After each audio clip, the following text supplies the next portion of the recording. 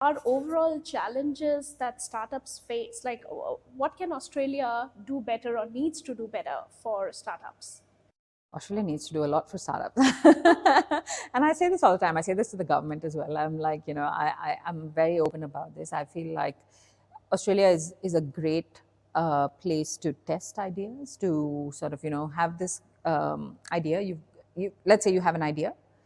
Australia is a fantastic place to get government support. And especially Victoria, like Melbourne and Victoria, we probably are one of the best states in the whole country that has government grants that go towards startups. We have accelerator programs that are very supporting, right from with the journey of a startup. Usually, you have an idea, you would go to a pre-accelerator, do a pre-accel, then do an accelerator, and then you go into like longer sort of incubation type programs. The concentration of pre-accelerators and accelerators and the quality of them also is really good here. So the government does a lot to support startups.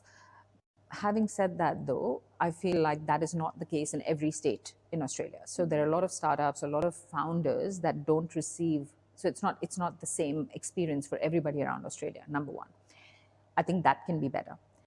The second thing I think that can be better is that yes, startups start here, but to scale, we just don't have the population. We don't have the population. We don't have the risk appetite in this country to take chances. We know that Australia is traditionally quite risk averse. You can see this play out in corporate cultures. You see this play out in even retail cultures that you see around us. Just in the way, like, retail businesses run in Australia, the kind of, let's talk about customer service. Service is missing in Australia. Like, it's hard to find. You go into a restaurant that is not run by somebody who's a migrant from Asia, there's no customer service, right? You run into retail stores, and again, like, the customer service that you get in Asia, you will not find that here.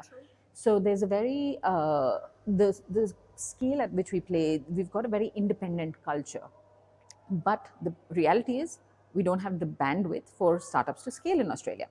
So Australia has to go out. Australian startups, once they're starting to scale, start looking at the US markets or start looking at UK as their first sort of go-to markets. The problem there is you've got a lot of competition already.